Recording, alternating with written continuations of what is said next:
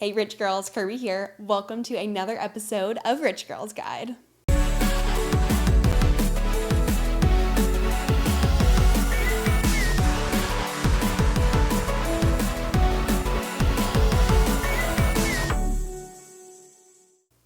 Welcome to part 3 of our 4-part 401k series. What in the should we invest in within our 401k? We started off the series with our 401k overview episode, and last week we took a look at how the stock market actually works. Today, we are going to take a look at the individual investment options within our 401k. I'm going to be giving you the tips that I use for my own 401k. Before we dive in, I want to say a huge thank you for tuning in today. If you find this information helpful and want to support me so that I can make more content for you, please follow wherever you are tuning in right now.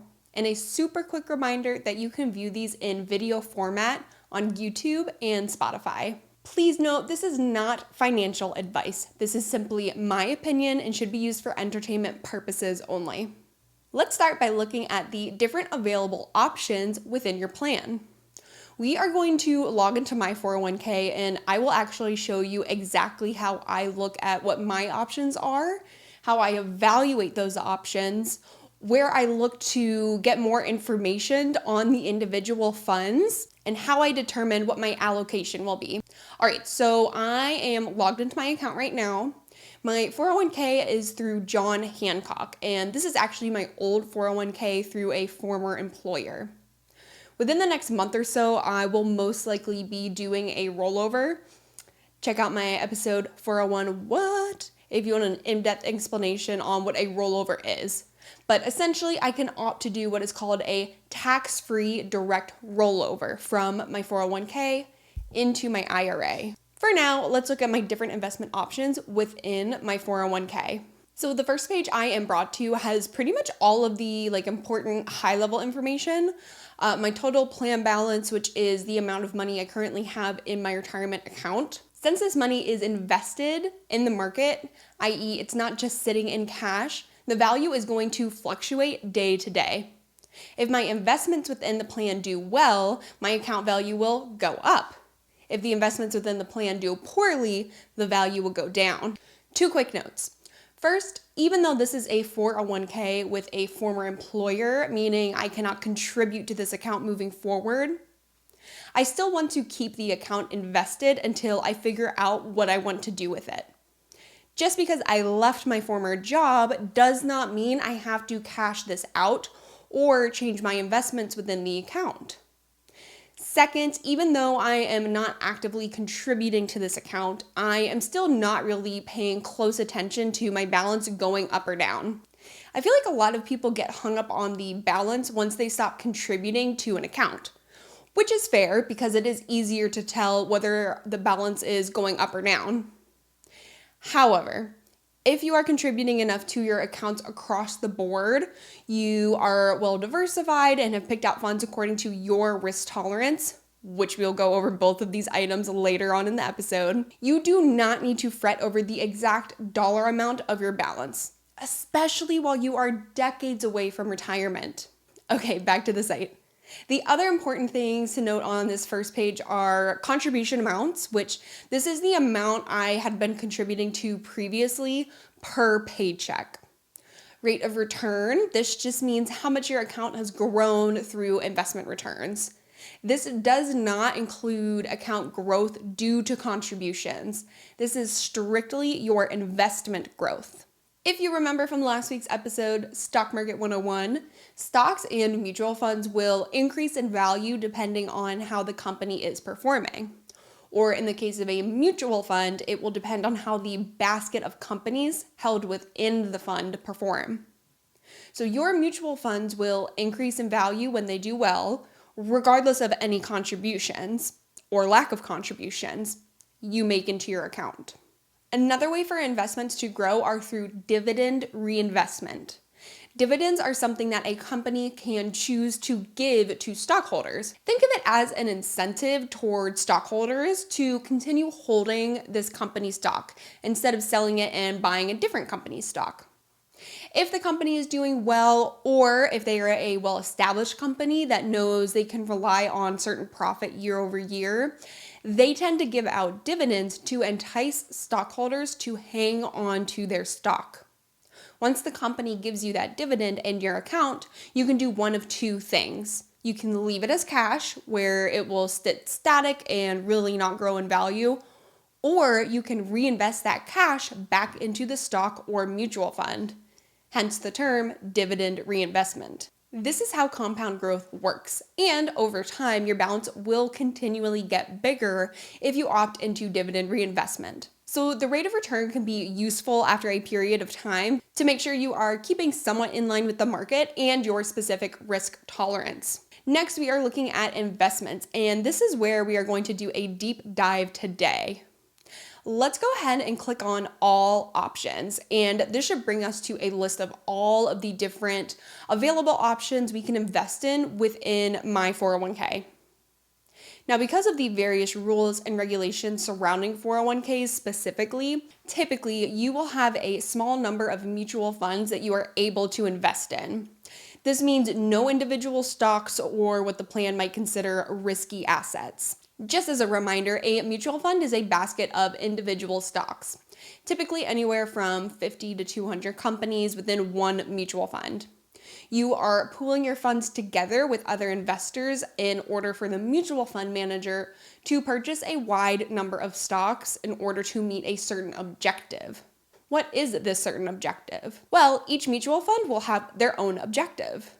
Let's take a look at this very first mutual fund option. T. Rowe Price Retirement 2065. All right, I went ahead and clicked on this fund, and this page pops up with a ton of really useful information. We can see that they list their objective as seeking the highest total return over time, consistent with an emphasis on both capital growth and income. What the heck does this mean? This just means that they are including companies that have growth potential. Think smaller companies, tech companies, companies that can scale. And they are including more established companies that will give off income and dividends. Think like Verizon, IBM, established companies. Before we scroll down to look at the underlying holdings, aka the individual stocks or funds held within this fund, I want to dissect this statement. You've considered your risk tolerance and want your asset allocation to become more conservative over time, but still seeks growth after your retirement date. This statement right here, along with the actual name of the fund, Retirement 2065, tells me that this is a target date fund. A target date fund is a special type of mutual fund that will shift its investment strategy over time as you get closer to retirement. In this case, we have chosen a target retirement date in the year 2065.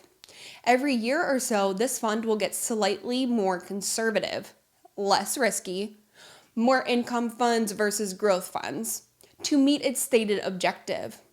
This is a true set it and forget it type of investment.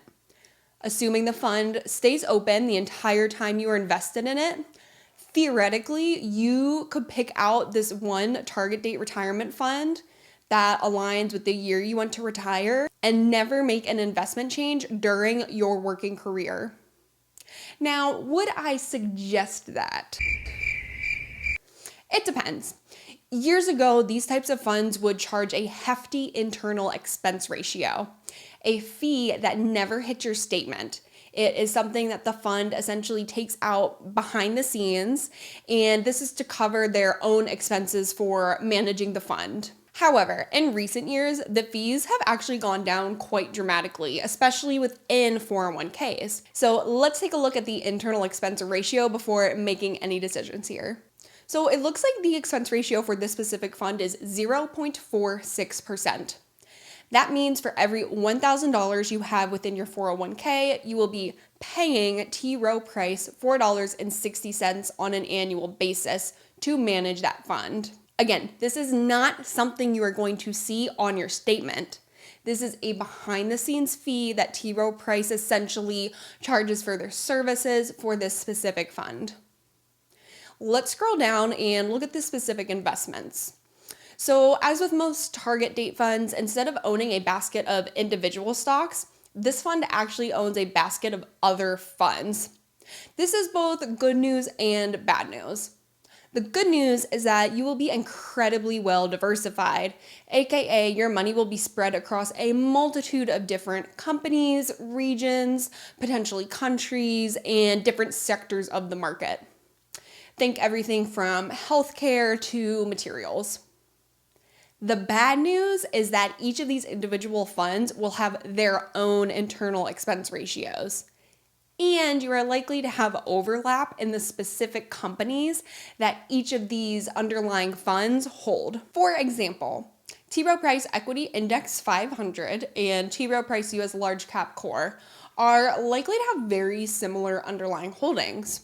Let's take a little looky-loo and find out. I'm just going to copy and paste both of these into Google and then navigate to their fund page on the T. Rowe Price website. All right, here we are for the T. Rowe Price Equity Index 500. And now we can see that the top 10 holdings, all right, no surprise here. We have Microsoft, Apple, Alphabet, which is just Google, Amazon, and NVIDIA. All right, now I'm going to do the exact same thing for T. Rowe Price US Large Cap Core. All right, let's scroll down to the top 10 holdings. And shocker, we have more Microsoft, Apple, Amazon, NVIDIA, and Alphabet. I swear to God, I did not plan this. I just picked out the two funds that looked like they would have the most overlap, and obviously I did a pretty good job. Now, just because these two funds have similar underlying holdings does not necessarily make this target date fund a bad fund. It just means we have some overlap in holdings. What we do want to look at is some similar options within the 401k, see how their performance compares, and see how their expense ratios compare as well. Real quick, before we look at the different options, let's go over the difference between small cap, mid cap, and large cap funds. Cap, not to be confused with cap. Man, you capping! Is short for capitalization. And last week we learned that market capitalization is just the total number of outstanding shares a company has, aka the number of stocks, times the price of the stock to give us the market capitalization of a specific company. If a fund categorizes itself as a large cap fund, that just means they are buying a basket of companies with large market capitalization.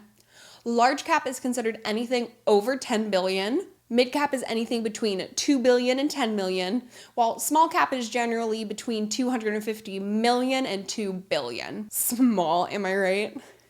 Many mutual funds will actually have these terms right in the name, which we'll see in a second. Okay, so as you can see, after we scroll past the target date funds, we actually have our funds categorized based on their sectors.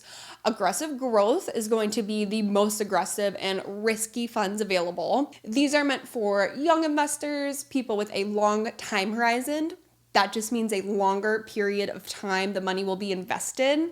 And those with a higher risk tolerance, meaning you are not spooked by seeing your account value fluctuate. By the way, just because you have a lower risk tolerance does not mean you need to steer clear of these funds completely. It just means you will want a smaller percentage of these funds within your portfolio. Next, we have growth, which is just a step down from the aggressive growth, but these are still primarily companies that have the potential to grow in value, which means, of course, they also have the potential to go down in value or go out of business completely. Next, we have growth and income. These funds will hold a mixture of both stocks, which makes up the growth portion, and fixed income. Think bonds, CDs. By combining both stocks and fixed income, these funds have a unique ability to pivot based on the economy. If stocks are down one year while fixed income is up, the mutual fund manager, the person at the mutual fund company who makes the decisions on what is held within the fund, they can allocate their fund accordingly to try and take advantage of the increased value in fixed income. These also tend to be less risky than just a pure growth fund, since the fixed income provides more stability and less risk. Again, typically. Last year was an interesting year for both fixed income and stocks alike, which means these funds probably didn't do so hot. Next, we have income funds. These funds will be primarily bond-based, meaning instead of having stocks as underlying positions, they are a basket of different bonds. Just like your stock-based funds, these income funds will have different objectives. Some will be more income-based, while some are aiming for capital appreciation, increased value. Again, income generally means conservative, so I would only have a small portion of your account in these types of funds while you are still young. If you do want a sleeve of your portfolio to be more conservative due to age or risk tolerance, I would generally stick with a total return fund. These pick from a broad range of bonds across different countries and sectors and will again just be less risky. Finally, we come to the most conservative option, cash. Typically, all 401k plans will have some kind of cash option that still pays you interest while providing you with a stable account value. The fund name may say something like money market, or in this case, US government or federal, which just means the fund is either purchased directly into US government issued securities or the securities are backed by the US government, which is theoretically the least risky asset available to any investor. This is typically going to give you the smallest return among any of your investments without giving you a negative return. With the growth in the stocks, anytime that you have money in equity, while you have the potential to make more, you also have the potential to go negative. So something to keep in mind. This should be a very small sleeve in anyone's portfolio. Think of it in terms of this sleeve will most likely keep up with inflation, but really not do much more for you. Okay, so let's go through and compare two similar funds. I want to include a large cap value fund. Two options catch my eye: MFS Value Fund and Parnassus Value Equity Fund. My plan has labeled them both as large cap value funds, so I know I am comparing apples to apples here. If I were instead to compare a large cap value to a small cap growth, that would be like comparing apples to oranges or apples to pomegranates. Aren't you glad I didn't say banana? I got the dad jokes over here. Anywho, now we can look at three main comparison points: the expense ratio, the performance, and how long the funds have been open. Starting with expense ratio, we can see that MFS Value Fund has an expense ratio of 0.3%, while Parnassus has an expense ratio of 0.53%. While neither are crazy high, MFS Value is definitely cheaper, almost half the cost. So we'll keep that in mind while we look at the performance. I personally like to compare the longest performance data point, which in this case is 10 years, along with the most recent 1-year performance. I do not want to compare the since inception figure. This is because these funds were most likely not opened on the exact same date, meaning they will have spanned different periods of time, i.e. different market cycles. Again, we want to compare apples to apples. So the 10-year figures are giving us a good indication as to why the Parnassus fund is charging more on the back end, i.e. their expense ratio. Their annual 10-year return has averaged 12.96%, while MFS has averaged 8.74% during that same time period. That's kind of a big difference, especially considering they are the exact same sector. That's like saying you are going to pay Parnassus an extra 0.23% in order to receive an extra 4.22% annually. Not a bad deal if you ask me. While the 10-year return will give us a good indication of their performance over a longer period of time, the 1-year return is also very important. Fund managers will change over time, and companies as a whole have the potential to merge, downsize, etc. So looking at a more recent figure will tell you whether or not they have kept up with their past performance. Here we can see that MFS Value has a 1-year return of 0.2%, while Parnassus has stayed strong with 2.33%. Compared to each other, I think the choice is pretty obvious, regardless of the fact that one is more expensive. The only other thing I will take a quick look at is how long the funds have been opened. MFS Value Fund was incepted in 1996, and Parnassus was incepted in 2005. I am generally just checking to make sure that they are not a brand new fund that has only been open for a handful of years, as those funds are obviously more risky since they do not have a long track record.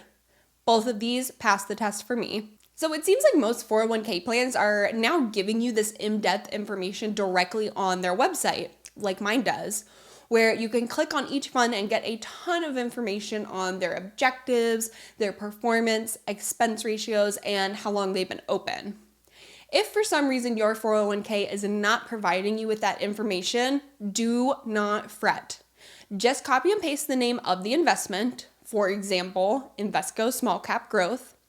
I'm just going to copy and paste that right into Google. And right away, the Invesco website and our friend Morningstar pop up on the first search page. Now, you can go through your different investment options and pick out a few different funds that stick out to you. For me personally, I like to have a combination of large cap US growth funds, mid cap funds, growth and income funds, some value funds. Value companies are typically well established, not so much a ton of growth potential, but they may be trading below their perceived market value. And then I like a small sleeve of international funds and a small sleeve of small cap funds. Obviously, everyone is going to be different in terms of how much risk they are willing to take. I personally am feeling a little risky right now. I still have a long time until retirement, so I would much rather take on like a more aggressive approach now. However, you may not want to have as much money in international companies, or you may want to keep a majority of your funds in the value sector, let's say. As long as you are not invested in just one or two niche funds, or you choose to go the target fund route, which is perfectly fine, you generally can't get up too much within a 401k. Generally. In determining your risk tolerance and how much you should be invested in stocks/equity versus fixed income, I put together a cute little table, if you will. Now, this is just a quick rule of thumb that is absolutely not investment advice, just an example for you to ponder over. I am going to use myself as the example here. If I am under the age of 30 and I do not mind fluctuating account values, I am not risk averse, and I really want to grow my money as much as possible over the next 4, 5, 6 decades, I am going to keep my equities sitting at around 90 to 95% of my portfolio. That remaining 5 to 10% will be split between fixed income and cash/money market. If I am between the ages of 30 and 40, I still don't mind the fluctuating account values for the most part, and I'm not super risk averse. I just want to continue to keep growing my money over the next few decades. I will most likely want to keep my equity sitting around 80 to 85% of my portfolio, and the remaining 15 to 20% will be split between fixed income and cash/money market. If I'm between the ages of 40 and 50, I still don't mind some market fluctuations in my portfolio, but I am getting a little bit more concerned about those large dips than I have been in years past. And I'm starting to become more risk averse. I will probably want to keep my equity exposure anywhere between like 65% to 75%, just depending on how risk averse I am. That remaining 25 to 35% will be split between fixed income and cash/money market. If I'm between the ages of 50 and 60, I am starting to count down the years to retirement and am very keyed into how much my portfolio is fluctuating, but I still want that portfolio growth over the next several decades. I am probably going to keep my equities sitting at around 55 to 65%. Depending on how risk averse I feel at that time. Once I hit 65 plus, I will generally want to stay above 40% equity exposure and either at or below like 65% equity exposure. Obviously, this will depend greatly on the individual and the circumstances surrounding retirement and other income sources that are coming in, if any. If you made it this far, thank you for sticking with me. I know there was a lot of numbers and terms thrown around today. Hopefully you picked up on at least one little nugget that will help you when making any 401k decisions.